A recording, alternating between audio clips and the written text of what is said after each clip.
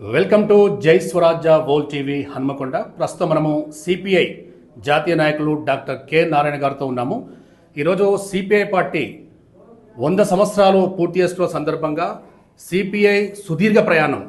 అనేక సంవత్సరాలుగా CPI party అంటే కడు పేదరికంలో ఉన్న బీద వాళ్లకు మరియు అణగారిన వర్గాలకు సపోర్టింగ్గా ఉంటూ సిపిఐ పార్టీ ఒక ధైర్యాన్ని ఇస్తూ ముందుకు పోతున్న ఈ నేపథ్యంలో 100 సంవత్సరాలు కంప్లీట్ చేసుకున్న నేపథ్యంలో ఈరోజు వరంగల్లో భారీ ఎత్తున ర్యాలీ నిర్వహిస్తున్న సందర్భంగా సిపిఐ నాయకులు డాక్టర్ కె నారాయణ గారు ప్రత్యేకంగా వరంగల్ రావడం జరిగింది. 100 సంవత్సరాల సిపిఐ పార్టీ సుదీర్ఘ ప్రయాణం గురించి నారాయణ గారు ఏమంటారో అడిగి తెలుసుకుందాం. సో నమస్తే సార్. నమస్తే. సిపిఐ పార్టీ 100 సంవత్సరాల చరిత్రలో అనేక రకాల కష్టాలు, అనేక రకాల విజయాలు. మరి దీనికి సంబంధించి సిపిఐ పార్టీ సీనియర్ నాయకులుగా, జాతీయ నాయకులుగా మీరేమంటారు? పశ్చిమ బెంగాల్లో తేబాగా ఉద్యమం ఒక పోరాటం, కేరళలో పున్నప్ర ఒక పెద్ద పోరాటం, తెలంగాణలో నిజాం నవాబు జరిగిన సాయుధ పోరాటం, చల్లపల్లిలో భూస్వాములకు జరిగిన పోరాటాలు, దీన్ని ఇమిడీకృతం చేస్తూ బ్రిటిష్ సామ్రాజ్యవాదులకు వ్యతిరేకంగా సాగిన పోరాటంలో స్వాతంత్రంలో పాల్గొనడం. ఆ విధంగా రక్తసిక్త తర్పణ ద్వారా ఆరోపించినటువంటి కమ్యూనిస్ట్ పార్టీ ఆ రోజు నుంచి ఈ రోజు దాకా కార్మిక వర్గం, శ్రామిక వర్గం, పేద ప్రజానీకం కోసం పనిచేస్తున్నటువంటి పార్టీ ఇది. చాలామంది చెప్పచ్చు 100 ఏళ్ళు అయింది మేము పార్టీ పుట్టి మీరు ఏం చేస్తారని చెప్పేసి అని. కానీ కొన్ని వేల సంవత్సరాలు పెట్టింది. ఆధునిక కమ్యూనిజం నుంచి పెట్టుబడి వ్యవస్థ రావడానికి కొన్ని వేల సంవత్సరాలు పెట్టింది. అందులో 100 సంవత్సరాలు పెద్ద కష్టమేం కాదు. తమాషా ఏంటంటే 1925 కమ్యూనిస్ట్ పార్టీ పుట్టింది. ఈ సమాజాన్ని పూర్తిగా మార్పు తీసుకొచ్చి సామాన్య ప్రజానీకానికి అందరికీ కూడా తినడానికి తిండి, ఉండేందుకు ఇల్లు, కట్టుకున్న బట్ట, కనీస ప్రాతిపదిక ఉండాలనిపిస్తుంది కోరేటువంటి పార్టీ కమ్యూనిస్ట్ పార్టీ. అదే సంవత్సరం 1925లో ఆర్ఎస్ఎస్ పుట్టింది. ఆర్ఎస్ఎస్ ఇప్పుడు ఉన్న సమాజానికి ముందుకు పోలేకుండా ఇంకా రాష్ట్ర ఉపయోగంలోకి పోవాలని చెప్పేసి అని, సనాతన ధర్మాన్ని ప్రవేశపెట్టాలని చెప్పేసి అని పుట్టింది ఆర్ఎస్ఎస్. అది సజీవంగా ఉంది, కమ్యూనిస్ట్ పార్టీ సజీవంగా ఉంది. అంటే ఆర్ఎస్ఎస్ నుంచి రాజకీయ పార్టీగా జనసంఘ పార్టీ, తర్వాత భారతీయ జనతా పార్టీకి మారి అనేక మార్పులు తీసుకొచ్చుకుంది. అనేక సిద్ధాంతాల మార్పులు తీసుకొచ్చింది, నాయకత్వం మార్పులు తీసుకొచ్చింది. కాలానుగుణ్యంగా వాళ్ళు మార్చుకుంటూ వచ్చారు. మేము కాలానుగుణ్యంగా మార్చడానికి మాకు సాధ్యం కాదు. ఎందుకంటే ఈ సమాజం మొత్తం పూర్తిగా మారాలని, ఈ కొత్త సమాజంలో ప్రజానీకానికి కొత్త జీవితం అందించాలని, కాబట్టి తేడా ఉంటుంది. అయితే అభివృద్ధి నిరోధక పార్టీ అయిన ఆర్ఎస్ఎస్ బీజేపీకి 100 ఏళ్ళు అయింది. అది ప్రగతిశీలం కోసం పుట్టిన కమ్యూనిస్ట్ పార్టీ కూడా 100 ఏళ్ళు అయింది.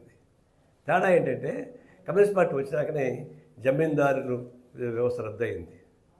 భూ సమస్య అనేది ఒక ఎజెండాకు తీసుకొచ్చి దున్నేవాడికి ఇబ్బందిమైనటువంటి సమస్య ఎవరు ముందుకు రాలే. అది కమ్యూనిస్ట్ పార్టీ ఒకటే ప్రారంభం రోజునే దున్నేవాడికి భూమి అని చెప్పేసి అనేటువంటి రిజర్వేషన్ పాస్ చేసింది.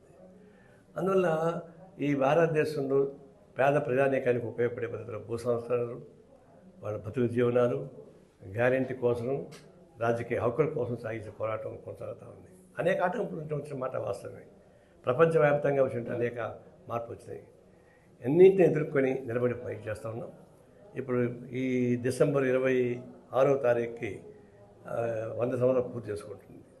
దేశవ్యాప్తంగా అన్ని రాష్ట్రాల్లో, జిల్లాలలో, మండల స్థాయి వరకు ఈ కమ్యూనిస్ట్ పార్టీ శత జయంతి ఉత్సవాలను బ్రహ్మాండంగా చేసుకుంటున్నాం. ముగింపుగా ఖమ్మంలో ఈ డిసెంబర్ 20వ తారీఖున పెద్ద బహిరంగ సభ చేయబోతున్నాం. ఈ లోపల దేశం మొత్తం మీద కూడా మా ఉత్సవం సాగిస్తాను. ఆ సందర్భంగానే ఈ వరంగల్లో కూడా కమ్యూనిస్ట్ పార్టీ ఆధ్వర్యాన ఈ సెంచరీ సెలబ్రేషన్, శత జయంతి ఉత్సవాన్ని జరిపించుకుంటున్నారు. దానికి నేను గెస్ట్గా వచ్చాను. సార్, ఈనాటి 100 సంవత్సరాల సంబరాల్లో సాయంత్రము ఎలా ఉండబోతున్నాయి? ఏమేమి అంశాలు డిస్కస్ రాబోతున్నాయి? ఇప్పుడు జరిగిన ఉద్యమాన్ని నెమరేసుకోవడం ఒకటి. కొత్తగా అనేక మార్పులు వచ్చాయి. సైంటిఫిక్ చేంజెస్ చాలా వచ్చాయి. తర్వాత ఆర్టిఫిషియల్ ఇంటెలిజెన్స్ వచ్చింది. ర్యాబోట్ వచ్చేస్తున్నాయి. మనుషులకు సంబంధం లేకుండా సర్వే చేసేస్తున్నది వచ్చేస్తున్నాయి. ఇవన్నీ కొత్తది. మేమంతా ఇప్పుడు కార్మిక వర్గాన్ని శక్తివంతంగా చేసి ప్రపంచ కార్మికులు ఏకంగా మేము పిలిపిస్తే, ఇప్పుడు కొత్తగా ప్రపంచ కార్పొరేట్ వర్గాలతో ఒకటిగా అని చెప్పేసి అని అమెరికాలో పేరేంటి అమెరికాలో ఎలాన్ మస్క్ అతను కార్పొరేట్ దిగ్గజం అమెరికన్ గవర్నమెంట్ కంట్రోల్ చేస్తున్నాడు. భారతదేశంలో మోడీ ప్రభుత్వాన్ని అదాని కంట్రోల్ చేస్తున్నాడు. ఇప్పుడు వీడిద్దరూ ఒకటి అవుతున్నారు. ఒక వారం క్రితం ఇద్దరు కలుసుకున్నారు. నీ మీద ఆరోపణలు ఉన్నా నా మీద ఆరోపణలు వచ్చినా కూడా దాని సమతకు ఎదుర్కోవాలనే ఉద్దేశంతో ఈడ అదాని కరప్షను న్యూయార్క్లో వస్తే దాన్ని కాపాడడానికి మోడీ పోయాడు. దీన్ని బట్టి మనం చూసేది ఏంటంటే కార్పొరేట్ వర్గం ఏకం కావాలనేటువంటి కోరిక వస్తూ ఉంది. దీని ప్రత్యామ్నాయంగా కార్మిక వర్గం